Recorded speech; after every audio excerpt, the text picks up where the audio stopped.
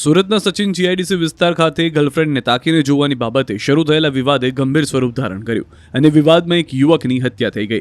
પોલીસે ગગનદાસના નામના યુવક પર ચપ્પુથી વારાફરતી કાળજીકી હત્યા કરનાર બે મુખ્ય આરોપીઓને દબોચ્યા છે. પોલીસના મતે ગગનદાસના પોતાના મિત્ર તથા ગર્લફ્રેન્ડ સાથે સચિન જીઆઈડીસી વિસ્તારમાં બેઠો હતો. એ સમયે ગૌતમ જયરામ દરાઈ અને દિલીપ નિગવાન નામના બે વ્યક્તિઓ ત્યાંથી પસાર થતા ગગનદાસની ગર્લફ્રેન્ડને સતત તાકી જોવા માંડ્યા હતા. આ બાબતને લઈને ગગનદાસે બંનેને ગર્લફ્રેન્ડને તાકીને જોવાની ના પાડી. આ વાત આરોપીઓને લાગી આવી અને બંને વચ્ચે ઝઘડો થયો, જે બાદ આરોપીઓ મનમાં રોષ રાખીને બેઠા. બીજા જ દિવસે આરોપીઓએ ગગનદાસાને નિશાન બનાવ્યો. તે સમયે ગગન નજીકમાં જતો ત્યારે બંને આરોપીઓ તેને ઘેરી લીધા અને આંતરી તથા ચપ્પુ જેવા ઘાતક હથિયાર સાથે વારાફરતી ઘા માર્યા. ગંભીર રીતે ઘવાયેલા ગગનનું ઘટના સ્થળે જ મોત થયું. હત્યા બાદ બંને આરોપી ફરાર થઈ ગયા. આ કેસમાં પોલીસે 30 સીસીટીવી ફૂટેજ ખંગાળ્યા હતા. QR કોડ સ્કેન કરો અને ડાઉનલોડ કરો ન્યૂઝ 18 એપ. મેળવો ગુજરાત અને દેશ દુનિયાની પળે પળની અપડેટ્સ.